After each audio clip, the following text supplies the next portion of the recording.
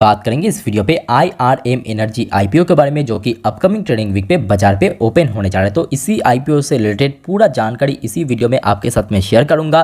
Company करता क्या है, कंपनी का डिटेल, आईपीओ का डिटेल, ग्रे मार्केट प्रीमियम कितना चल रहा है, एकदम लेटेस्ट अपडेट, साथ ही साथ क्या आपको इस आईपीओ में अवॉइड करना चाहिए या अप्लाई करना चाहिए। अब चलिए ज़्यादा बातें ना करके शुरुआत करते हैं। सबको मैं छोटा सा रिक्वेस्ट करूंगा, प्लीज़ वीडियो को बिना स्किप के पूरा अंत तक जरूर देखना। कंपनी का बिजनेस मॉडल एकदम सिंपल है। गैस डिस्ट्रीब्यूशन सेक्टर के ऊपर कंपनी काम करता है। मेनली 4 इंपॉर्टेंट स्टेट्स है जहाँ पे कंपनी अपना सर्विस प्रोवाइड करते हैं, जैसे कि एक हो गया आपका तमिलनाडु, दूसरा हो गया गुजरात, तीसरा हो गया पंजाब और चौथा हो गया आपका यूनियन टेरिटरी गुजरात के अंदर। ठीक है, ये 3 जो स्टेट्स है इसके अंदर एक्चुअली कंपनी अपना जो प्रोडक्ट है मतलब गैस को सप्लाई करता है। अब चलिए थोड़ा सा कंपनी की वेबसाइट पे भी जाके देखते हैं कि कंपनी का वेबसाइट कैसा है, उसके साथ साथ यहाँ पे क्या डिटेल मेंशन किया। तो आप देख सकते हैं यहाँ पे क्लियर कट मेंशन किया, जो कमर्शियल पर्पस गैस यूज़ होता है जिसे हम PNG बोलते हैं, तो यहाँ पे भी दोस्तों सप्लाई करते हैं कस्टमर तक। उसके साथ साथ PNG हो गया, CNG हो गया, ये सारे प्रोडक्ट जो है कंपनी का सप्लाई होता है कस्टमर तक। ठीक है, तो बहुत ही एकदम सिंपल बोल सकते हो बिजनेस मॉडल है। इस पर्टिकुलर सेक्टर में और भी बहुत सारे कंपनी ऑलरेडी लिस्टेड है, जैसे कि आप देख सकते हो महानगर गैस लिमिटेड हो गया। उसके साथ साथ अगर आप देखोगे इस लिस्ट में सबसे टॉप कंपनी है गेल इंडिया, जो कि एक सरकारी कंपनी है। उसके बाद अदानी तो है ही, Adani total gas limited, Petronet LNG हो गया, इंद्रप्रस्थ गैस लिमिटेड हो गया, गुजरात गैस हो गया, सारी अच्छी कंपनी है। बट हाँ, लास्ट 1 साल से मतलब खास करके फाइनेंशियल ईयर 23 में यहाँ पे क्लियर कट मेंशन भी किया, क्योंकि यूक्रेन और रशिया कन्फ्लिक्ट की वजह से मार्जिन की इशूज देखने को मिला, पेट्रोलियम प्रोडक्ट की प्राइस बहुत ज़्यादा इंक्रीज होने के कारण। और ये दोस्तों अकेले IRM एनर्जी के केस में नहीं हुआ, इसके बैलेंस शीट भी हम चेक करेंगे। पहले आप देख लीजिए, जैसे कि मैं आपके सामने ओपन किया यहाँ पे जो कि महानगर गैस लिमिटेड का जो बैलेंस शीट है, तो आप देख सकते हो यहाँ पे जो फाइनेंशियल 22 में या 21 की बात करें, कंपनी का मार्जिन रखता था। देखिए एक टाइम पे 35, 32, इवन 43 तक भी पहुँच गया था। वही अगर हम बात करें फाइनेंशियल 23 में, सीधा सीधा देखिए कहाँ से कहाँ ड्रॉप हुआ, 19% में पहुँचा। तो अब देख सकते हो कि यहाँ पे जो ऑलरेडी लिस्टेड कंपनी है उसमें भी सेम टू सेम इशूज़ हमें कहीं ना कहीं देखने को मिला। अब चलिए देख लेते हैं बिजनेस मॉडल। तो देखिए एकदम ही सिंपल है। कंपनी का परफॉर्मेंस कैसा है, मतलब कंपनी का बैलेंस शीट कितना स्ट्रॉन्ग है, क्या उसमें ग्रोथ है या नहीं है, ये सब के ऊपर बेस करके आई थिंक आपको जाना चाहिए। तो देखिए सबसे पहले यहाँ पे 4 अलग अलग फाइनेंशियल ईयर का जो परफॉर्मेंस आपके सामने है। सबसे पहले रेवेन्यू की बात करें 2020 में फाइनेंशियल ईयर पे कंपनी का टोटल रेवेन्यू हुआ था 165 करोड़, जो कि 21 पे बढ़ के 211 करोड़ पहुंचा। सीधा सीधा फाइनेंशियल ईयर 22 में दुगने से भी ज़्यादा 546 करोड़ पहुंच चुका है। और फाइनेंशियल ईयर 23 में और भी ज़्यादा हमें ग्रोथ देखने को मिला, ऑलमोस्ट 1039 करोड़। तो अच्छी बात है कि कंपनी के रेवेन्यू के अंदर बहुत अच्छा ग्रोथ देखने को मिला। अब जैसे कि कंपनी ऑलरेडी मेंशन कर दिया कि because of Ukraine Russia conflict की वजह से कंपनी का जो एक्सपेंसेस कॉस्ट है वो अचानक से एलिवेट हुआ, जिस वजह से हमने देखा कंपनी का एक्सपेंस जहाँ पे एक टाइम पे 134 करोड़ था, फिर देखिए थोड़ा थोड़ा इंक्रीज हो रहा था 166 करोड़, फिर देखिए थोड़ा और इंक्रीज हुआ 396 करोड़ हुआ। बट अचानक से देखिए 396 करोड़ से फाइनेंशियल ईयर 23 में सीधा 970 करोड़ पे हो चुका। और ये अकेले ये कंपनी नहीं, सारे के सारे जो गैस डिस्ट्रीब्यूशन सेक्टर की कंपनी है उसमें भी सेम चीज़ हमें देखने को मिला, जिस वजह से कंपनी का जो नेट इनकम है मतलब जो नेट प्रॉफिट है उसमें भी थोड़ा बहुत इंपैक्ट देखने को मिला, जहाँ पे एक अच्छा ग्रोथ यहाँ पे हो रहा था, कंसिस्टेंट ग्रोथ हो रहा था 21 करोड़ फाइनेंशियल ईयर 20 में, फिर 21 पे देखिए 34 करोड़, फिर देखिए 22 में 128 करोड़। काफ़ी बढ़िया ग्रोथ कंपनी मेंटेन किया था। वो कहने के दोस्तों फीका पड़ गया, एकदम से आधा हो गया। तो उसके पीछे मेन रीज़न है कि कंपनी का मार्जिन बहुत ज़्यादा श्रिंक हो चुका है, मतलब काफ़ी कम हो चुका है बिकॉज ऑफ कन्फ्लिक्ट की वजह से। और आज की डेट पे देखिए इजराइल वॉर चल रहा है और ये सारे गल्फ कंट्री है जो कि इजराइल के विपक्ष में है। तो कहीं ना कहीं दोस्तों हो सकता है कि नियर फ्यूचर में या फ्यूचर में जब तक ना ये कन्फ्लिक्ट या जो इजराइल या पैलेस्टीन के बीच में जंग चल रहा है वो जब तक ना सॉल्व हो जाए तब तक दोस्तों और भी आपको यहाँ पे दिक्कत देखने को मिल सकता है। ठीक है, तो ये सारे पॉइंट भी आपके दिमाग में होना चाहिए इन्वेस्ट करने से पहले। अब चलिए हम थोड़ा देख लेते हैं नीचे चल के कि यहाँ पे जो वैल्यूएशन रखा है, मतलब जो शेयर यहाँ पे इशू किया है उसका क्या वैल्यूएशन है। तो अर्निंग पर शेयर की बात करें तो ऑब्वियसली इसके पहले मतलब फाइनेंशियल 23 के पहले काफ़ी अच्छा ग्रो कर रहा था, जैसे कि 20 में था 8.60%, 21 पे इंक्रीज़ हुआ 12.39%, फिर और इंक्रीज़ हुआ 43.88% हो गया। फिर देखिए क्योंकि देखिए कंपनी के जो अर्निंग्स है उसमें बहुत ज़्यादा चेंजेस देखने को मिला एक्सपेंसेस कॉस्ट बढ़ जाने के कारण, तो ऑटोमेटिकली फाइनेंशियल 23 में जो EPS था अर्निंग पर शेयर उसमें एकदम से ड्रॉप डाउन हुआ 20.93 पे पहुंच चुका है। बाकी बात करें P रेशियो, इस IPO में जो भी प्राइस बैंड रखा गया लोअर प्राइस बैंड और अपर प्राइस बैंड के ऊपर बेस करके इसका जो P रेशियो है 22.93 लोअर प्राइस बैंड का, अपर प्राइस बैंड का जो प्राइस टू अर्निंग रेशियो यानी P रेशियो है 24.13 के आसपास। ठीक है, बाकी बात करें RONW तो यहाँ पे भी आप देख सकते हो रिटर्न ऑन नेटवर्थ जो है 20 में काफ़ी अच्छा था, 28 पॉइंट समथिंग, फिर देखिए थोड़ा और इंक्रीज़ हुआ, फिर देखिए और ज़्यादा इंक्रीज़ हुआ, अचानक से ड्रॉप हुआ। तो ये जो फाइनेंशियल 23 में आपको अचानक से ड्रॉप देखने को मिला, इसके पीछे कंपनी का कोई इंटरनल बोल सकते हो कि मैटर नहीं है या इंटरनल कोई रीज़न नहीं है, नॉर्मली एक्सटर्नल जो ग्लोबल फैक्टर्स की वजह से खास तौर से हमें इम्पैक्ट देखने को मिला। ROC की बात करें सेम चीज़ यहाँ पे भी आप देख सकते हो, लगातार 22 तक इंक्रीज़ हुआ, 23 में अचानक से ड्रॉप हुआ, तो इसके पीछे भी एकदम रीज़न सेम है।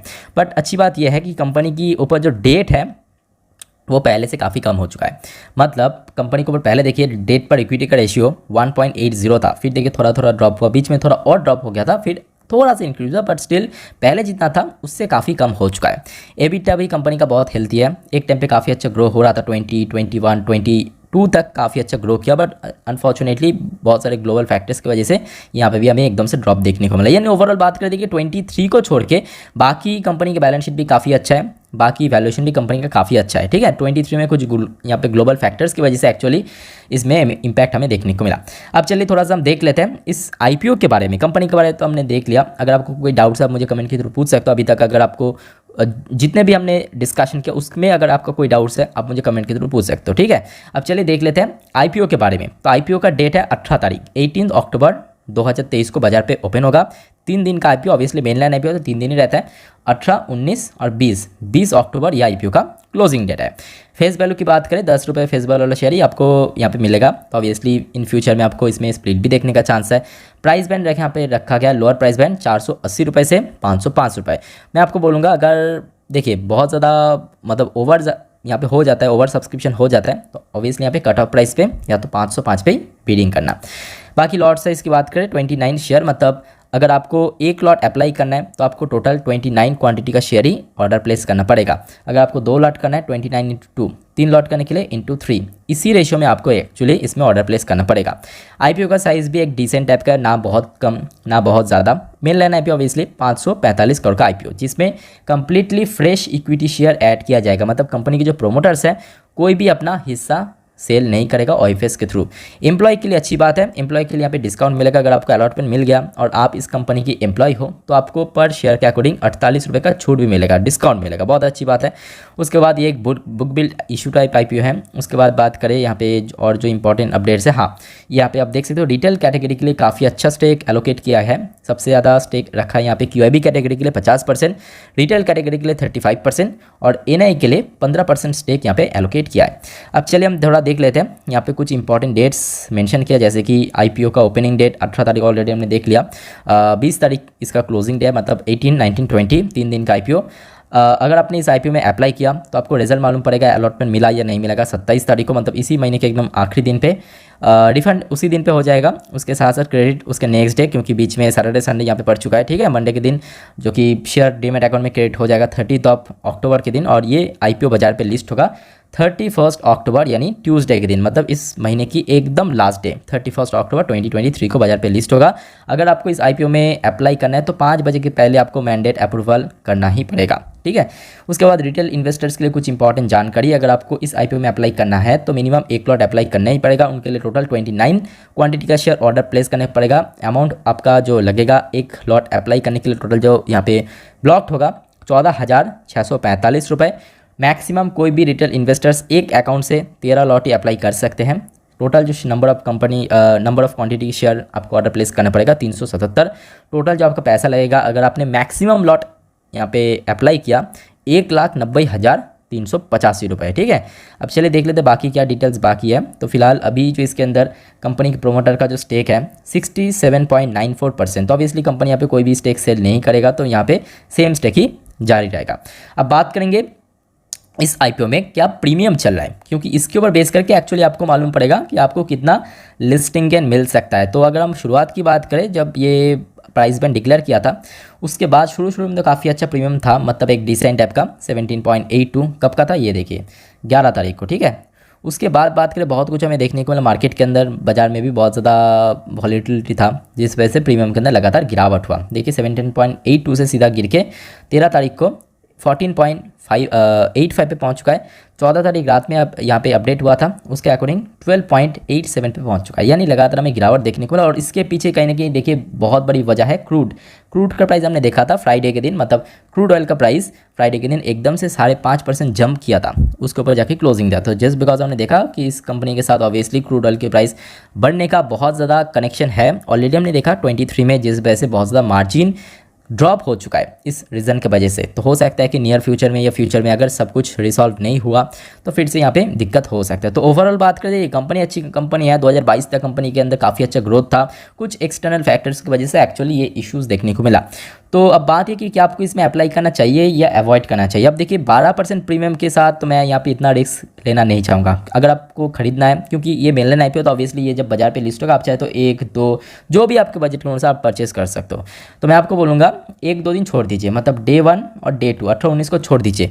20 तारीख को मतलब डे 3 पे 20 तारीख, ठीक है, अगर बड़े इन्वेस्टर्स द्वारा QIB HNI द्वारा अच्छा खासा अप्लाई होता है तो सेकेंड हाफ में जाके मतलब 1-1.5 बजे के बाद पहले चेक कर लेना सब्सक्रिप्शन स्टेटस क्या चल रहा है, उसके और बेस करके आपको अप्लाई करना चाहिए। साथ ही साथ GMP का अपडेट भी हर रोज़ लेते रहना। और सबको मैं छोटा सा रिक्वेस्ट करूंगा, चैनल को सब्सक्राइब करके रखिए। हर रात की एक वीडियो में मैं इसका अपडेट दे देता हूँ, मतलब GMP का अपडेट दे देता हूँ सारे IPOs का, ठीक है, वो वीडियो जरूर देखना।